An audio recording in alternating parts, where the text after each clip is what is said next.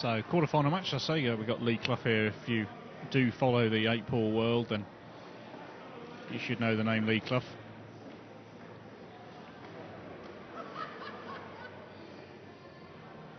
IPA Tour professional, been around the scene for many years. He's a good solid stick.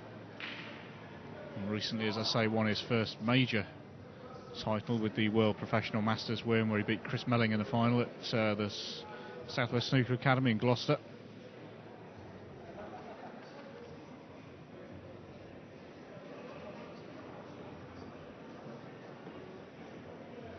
It's very difficult in these tournaments, with open tournaments like this. I can't even do any research in terms of the other players here. So Marcus Guise reached the quarterfinals. As I say, he's got to have played reasonably well to get there.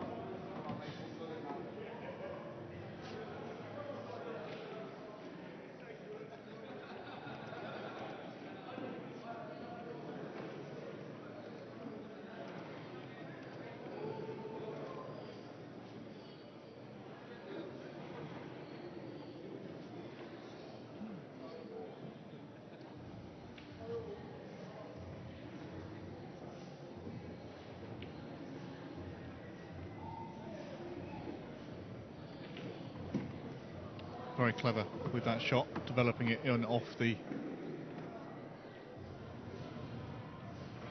black ball,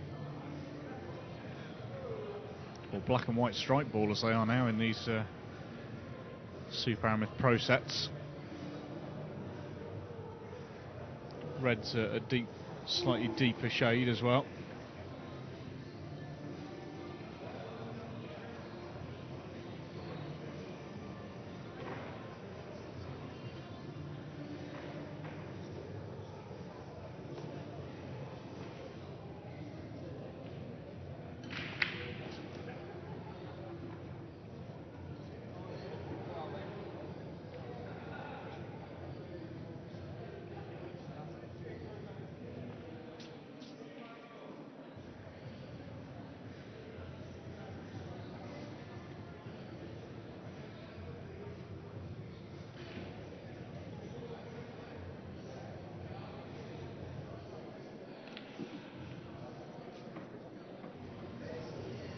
It's a very, very good shot to move the black and also leave himself on the red. That was a difficult shot to play. He's played it with aplomb.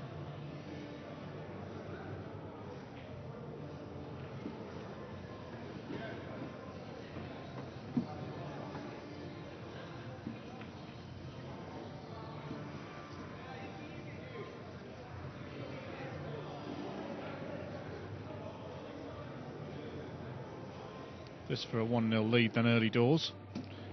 A very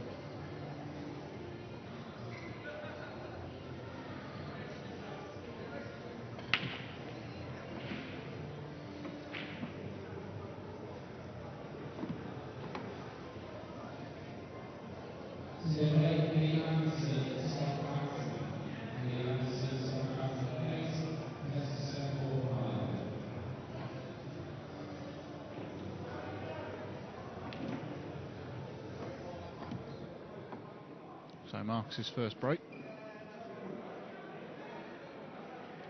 Good break actually, split the balls quite nicely. The Reds are out in open play. I think the way he's playing, he's obviously playing with no fear, and if you've got a chance at the table, you're able to take the balls out, then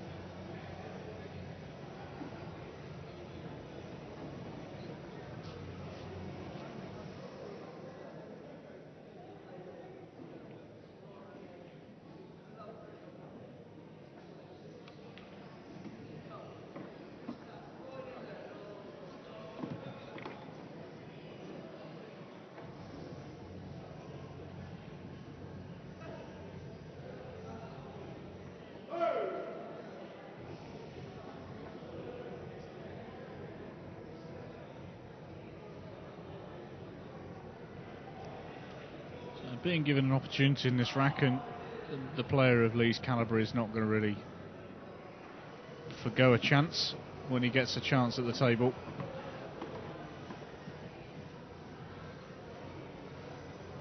One of the more deliberate and, well, I can't think of the word, deliberate meaning, you know, he takes his time over his shots on the tour. Generally results in playing the right shot at the right time generally. We all like to see a little bit of flair, but Lee's able to play the flare shots and also play the right shot at the right time. He proved that in the first rack with the way he developed the balls to take out the clearance.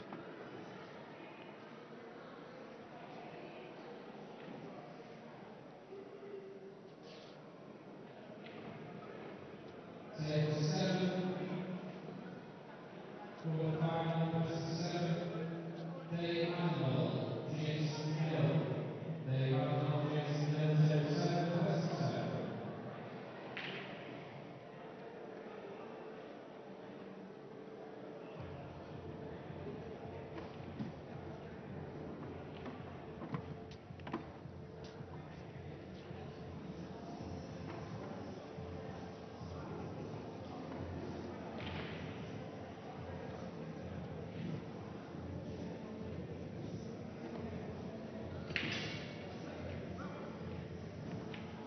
Drops in nicely on this yellow.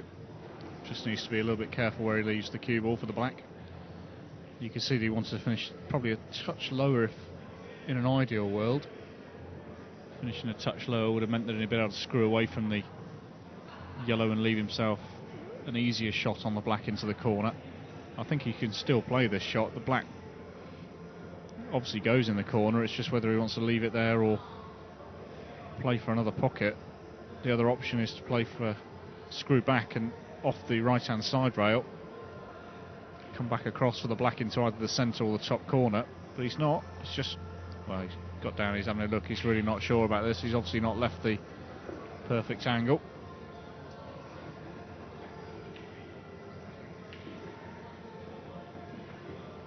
Well, he's opted now to screw it. I'm not sure whether he's dead straight here. If he was dead straight, then this is to go back to the bottom. Yeah, there we go. Drop in behind the black, as I said. Didn't have enough angle to stun forward and play the black into the corner. He's got an option here now, whether he plays this into the middle or whether he plays this to the corner bag.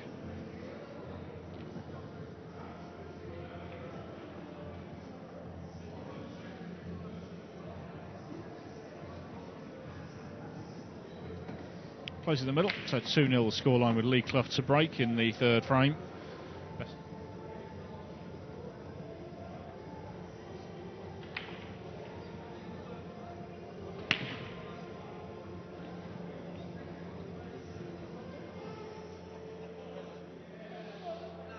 Dry break, plenty of action on the cue ball though.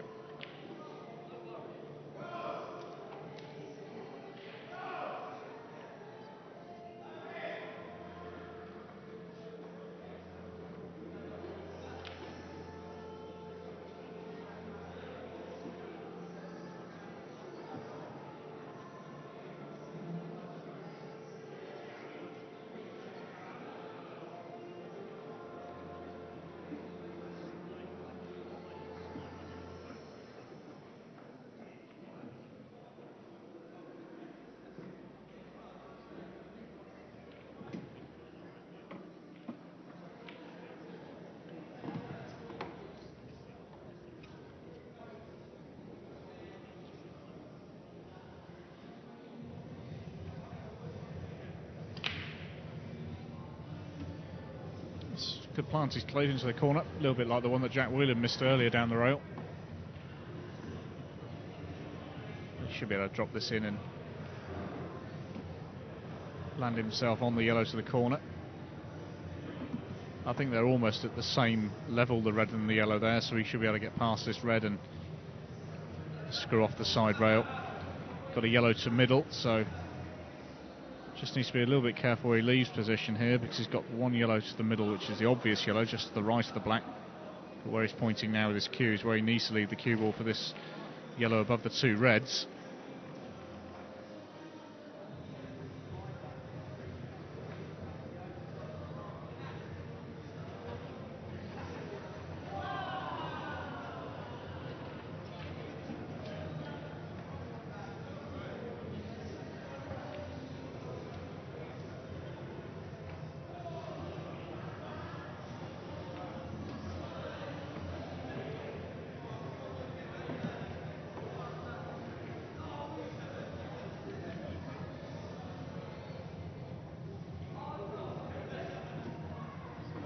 That's it, drops it in nice. That's a lovely shot. Left himself the right angle on that yellow to middle to play this one into the same pocket. Preferably would have been, oh no, it's okay, he's playing the one to the corner first. Sorry, I was thinking he needed to be straight to the one to the middle.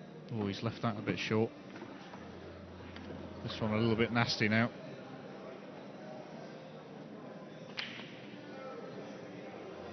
I don't see dropping the yellow in as the problem here. It's just the cue ball is going to be running away from the black ball. Oh, he's overcut it, sorry, into the corner. Not happy with himself at all there, because he knows that leaving these chances for a man of Lee Clough's capabilities is going to cause him a bit of a headache, Marcus. One poor shot there, you think, the positional shot off that penultimate yellow. A little bit frustrating. He played the rack almost perfectly until that point.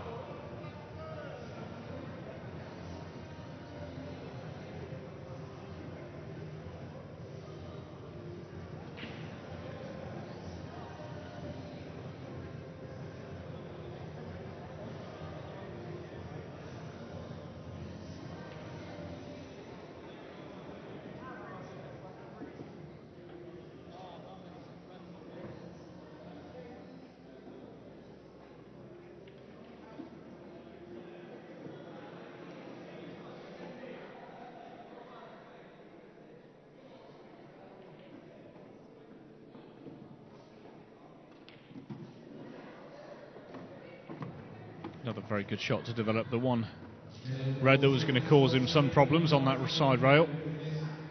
Should be able to drop that now into the middle pocket.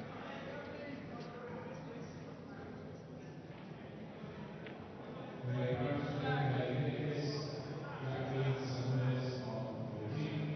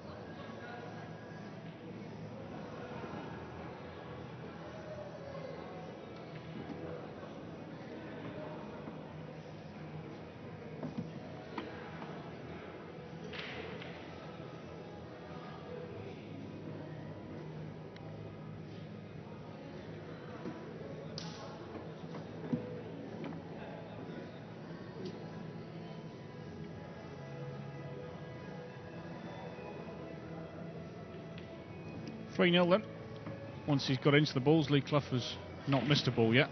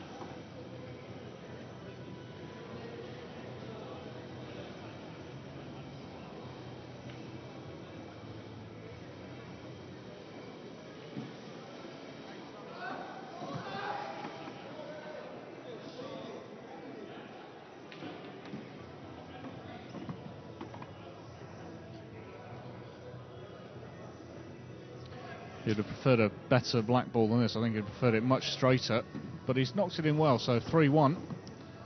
Keeps him in. Left him a one cushion escape here on this red. Whoa. Wow. I can't believe he's ended up in between the two, not hitting a ball there. From where that was positioned, he's done very, very well to drop that ball in between the yellow and the red.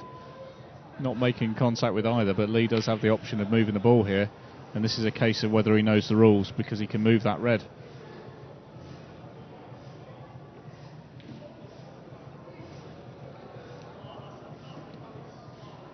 He can move the white and he can move that red. Just whether he remembers the rules.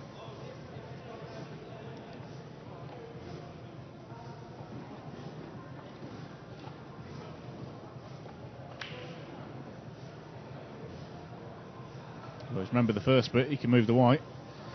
I think what he's thinking about here is he could do with moving both reds.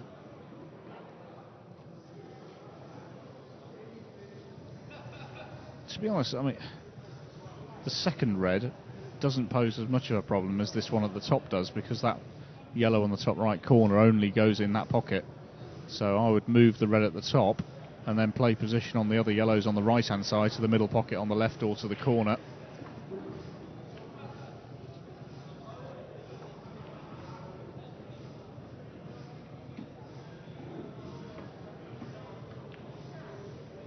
I see what he's doing. He's playing the safety himself to try and give himself another 2 visits. Just drops in nicely behind the yellow. It's a thin little feather. Calls the total. Both players laugh. Always better to call it than have it questioned.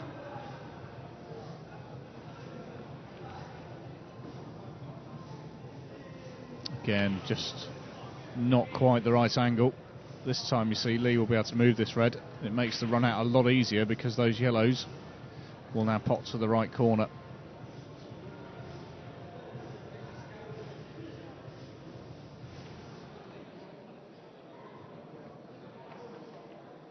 Surprised he doesn't move the white here, to be honest.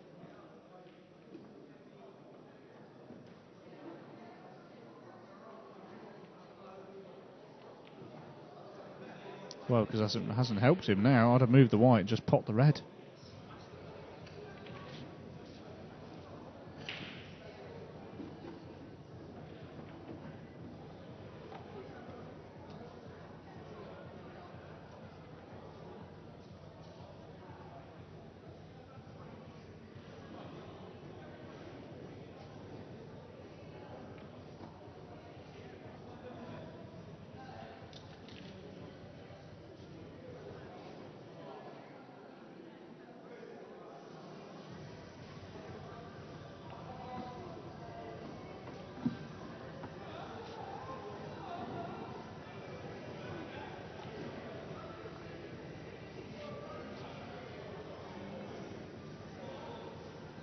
It's almost time for my second pint of the night, I think. Conclusion of this game, run quickly to the bar, get a pint, get back for the semis. At least a semi-final to come up on the TV table. They're still hesitant as to whether the final will be played tonight or tomorrow. I think they've allowed themselves a little bit of leeway, you see, by playing an extra session today in the team event. It just means there's a little bit more time tomorrow, so...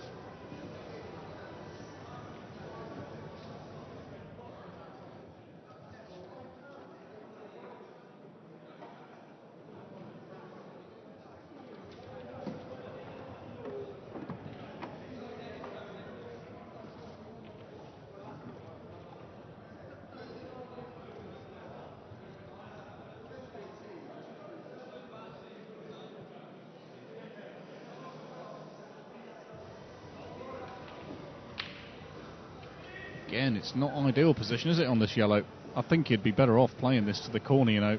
Leaves him a better angle to run back to the yellow on the bottom rail. A tougher shot, of course, but the better shot, the right shot to play at the right time, as I've been saying all day. Yeah, he's played it well. This then looks like the end for Marcus Guise. He'll be glad that he's got one on the board, but looks like a reasonably decent player. Lee's left himself just about enough of an angle here to top this through off the one rail.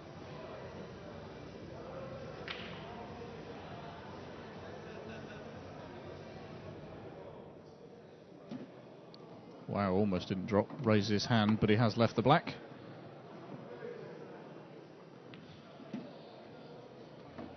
As Lee Clough then into the semi-finals with a 4-1 win over Marcus Guise.